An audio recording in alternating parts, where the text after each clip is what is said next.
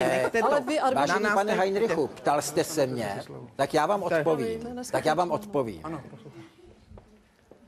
Pochopitelně, koncepce amnestie je dílem pana prezidenta.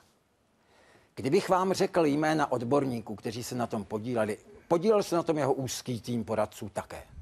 Kdybych vám řekl jména kterákoliv, tak je vystavuji stejnému lynči, který vidím ve vašich očích, pane. Který vidíme dnes a denně v novinách. Ano. A já je tomuto nevystavím, protože jsou to naprosto ctihodní odborníci, kteří... Není on, pan prezident, teďkon vlastně taková novodobá Milada Horáková, prosím vás pěkně? No víte, že mě to někdy... Celý národ ho linčuje najednou. Víte, že mě někdy napadlo při těch, když jsem viděl ty reakce dělnických kolektivů vašeho typu, takže mě to někdy napadlo. Paní Římanová, to je šéfka odboru práva na... Legislativy a práva, ano. V kanceláři prezidenta. Tak ta se na tom nepodílela. Tak, ta se na tom nepodílela.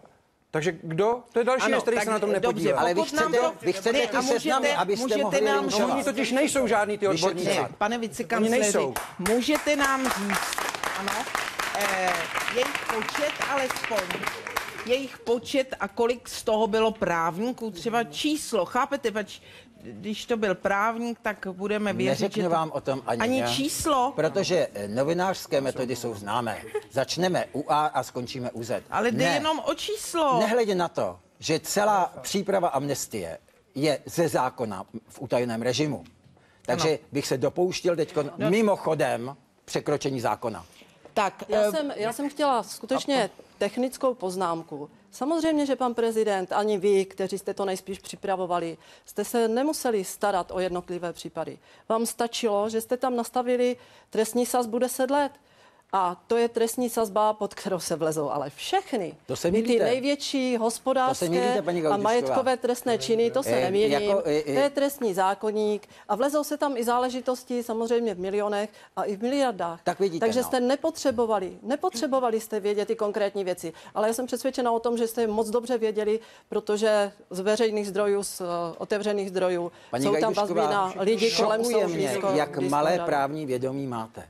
Vy přece byste měla vědět, že každý čin nad 500 000 korun, například korupčního charakteru, je se sazbou 5 až 12 let. Co to říkáte? 5 až 12 let. A těch 10 je co teda? Těch 10 je například, dáte 1000 policajtovi, že vám nesebere body.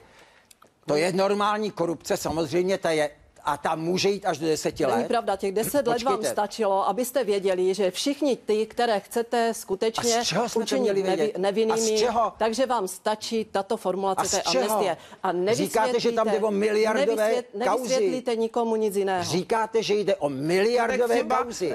Pan Chalovský, tam je 1,5 miliardy. No, říkám, a tak dále. 500 000 a 1,5, no ale právě o tom mluvíme. H-systém. Ti lidé pravděpodobně nejsou ohroženi trestem vyšším než 10 let. Je to tak? Ale ono se to změnilo v roce 2009. Ale to já nevím, jak probíhal ten soud. To je úplně jedno, jak si to paní Marvanová řídila. Ale prostě a jednoduše ti lidé